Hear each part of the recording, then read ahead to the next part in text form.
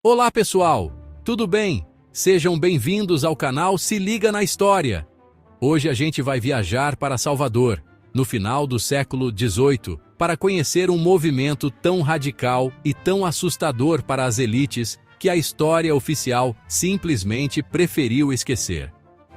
Enquanto Tiradentes e os Inconfidentes Mineiros são celebrados como heróis, os líderes da Conjuração Baiana de 1798, negros, pobres, alfaiates e soldados, foram enforcados, esquartejados e tiveram seus nomes apagados dos livros.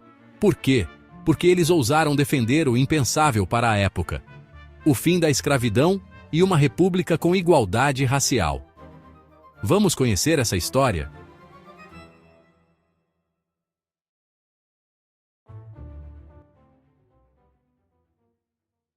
Para entender a Conjuração Baiana, precisamos mergulhar no caos que era Salvador no final do século XVIII. A cidade, que por mais de 200 anos foi o coração pulsante do Brasil, perdeu seu posto de capital para o Rio de Janeiro em 1763. Essa mudança não foi apenas simbólica. Com a transferência do poder, a elite administrativa e os investimentos da coroa foram embora, deixando para trás uma cidade em declínio e uma sensação de abandono. A antiga metrópole, agora relegada a segundo plano, viu sua economia local desmoronar e a situação da população só piorar. Nesse cenário, a economia da Bahia vivia um momento de profunda contradição. Por um lado, a exportação de açúcar estava em alta, impulsionada pela revolução no Haiti. Sim, a luta dos negros libertos haitianos, que paralisou a produção de açúcar na ilha caribenha, ironicamente enriqueceu ainda mais os senhores de engenho baianos. Mas essa riqueza não chegava ao povo. Pelo contrário, enquanto os lucros do açúcar enchiam os bolsos da elite, a população local morria de fome. Por quê? Porque os grandes fazendeiros, obcecados pelo lucro fácil, preferiam plantar cana para exportar em vez de mandioca e feijão para alimentar a população. A farinha, base da alimentação popular, teve seu preço disparado. A carne virou artigo de luxo, sumindo das mesas. Para agravar, os comerciantes portugueses monopolizavam as vendas e empregavam apenas seus conterrâneos, deixando a população local sem trabalho e sem esperança. O clima era de revolta iminente.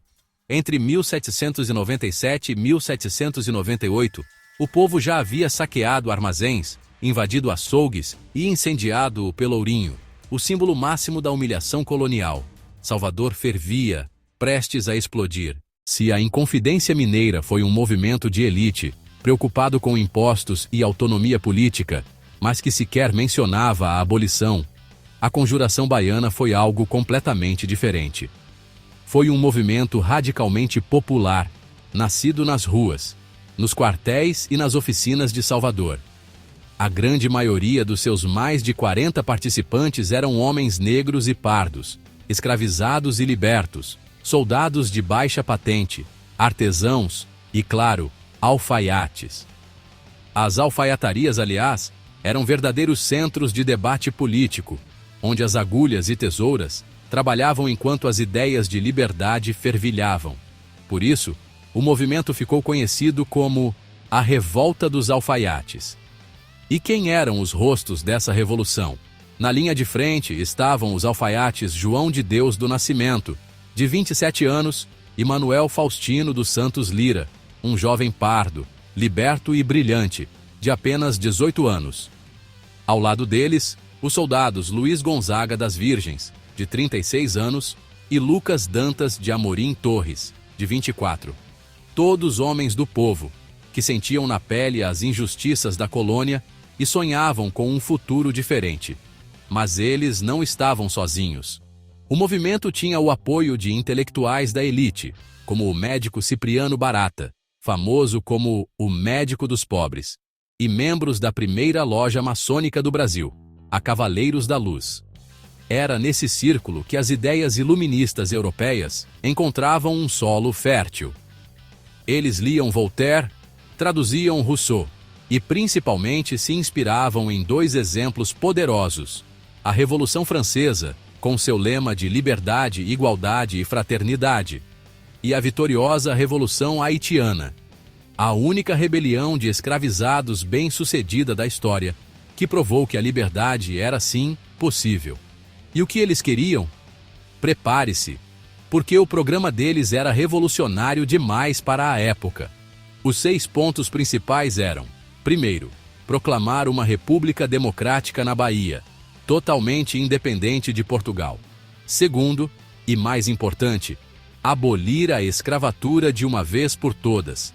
Essa era a grande e inegociável diferença para qualquer outro movimento da época. Terceiro, abrir os portos para o livre comércio com todas as nações, quebrando o sufocante monopólio português. Quarto, aumentar o salário dos soldados, que viviam em condições precárias e eram a força armada do povo. Quinto, reduzir os impostos abusivos e baixar o preço dos alimentos básicos para combater a fome que assolava a população.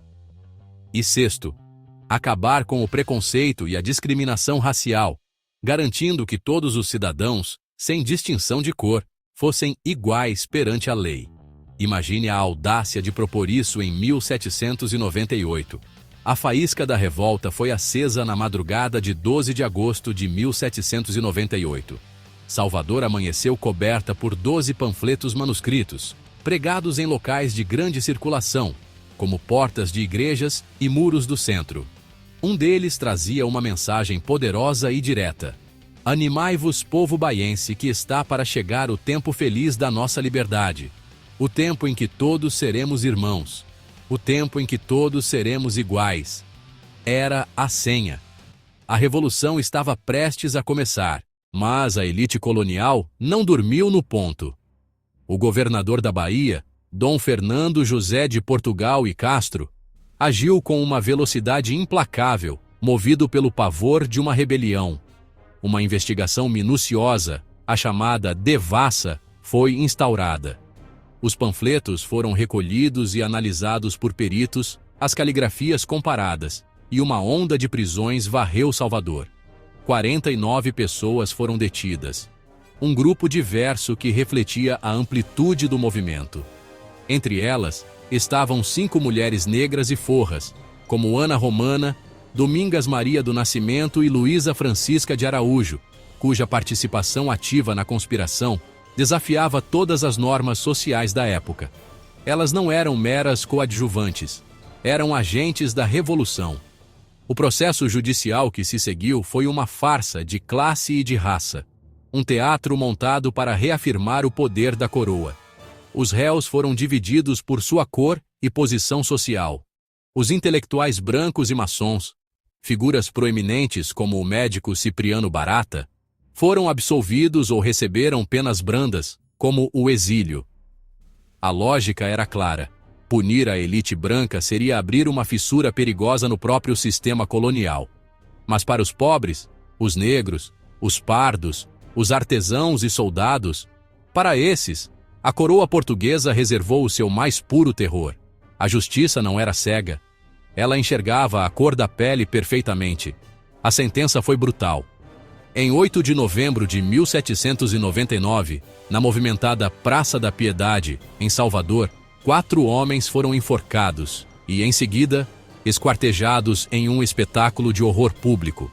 Eram eles os alfaiates João de Deus do Nascimento e Manuel Faustino dos Santos Lira, e os soldados Lucas Dantas de Amorim Torres e Luiz Gonzaga das Virgens.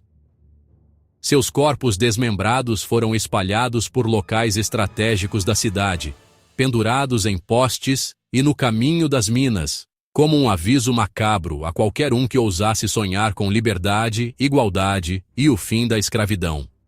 Manuel Faustino, um dos alfaiates, tinha apenas 19 anos quando sua vida foi ceifada. Essa violência desmedida não foi um ato isolado.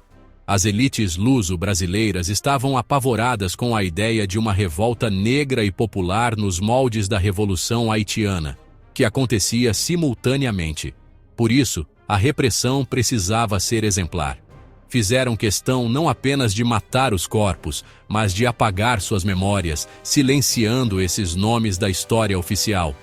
Em seu lugar, construíram a memória heróica em torno da Inconfidência Mineira, um movimento de elite, limpo, sem pautas abolicionistas radicais que não assustava os donos do poder. Mas a semente da revolta popular e negra estava plantada em solo baiano, e ela voltaria a germinar.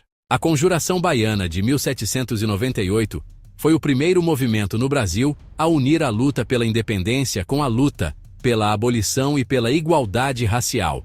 Foram 227 anos de resistência, e ainda hoje, o nome de Manuel Faustino, João de Deus, Luiz Gonzaga e Lucas Dantas merece ser lembrado e celebrado. Eles são heróis do povo brasileiro, heróis da liberdade. E aí, você conhecia essa história? Já tinha ouvido falar da revolta dos alfaiates? Deixa nos comentários o que você achou dessa diferença entre a Conjuração Baiana e a Inconfidência Mineira. Se você acredita que é importante dar voz a essas histórias esquecidas e apoiar o canal, considere se tornar um membro. O link está na descrição. Não esquece de deixar o like, se inscrever no canal e ativar o sininho para não perder nenhum episódio. Compartilha esse vídeo para espalhar conhecimento e justiça histórica. Espero que tenha curtido esse conteúdo e te vejo no próximo vídeo. Até a próxima!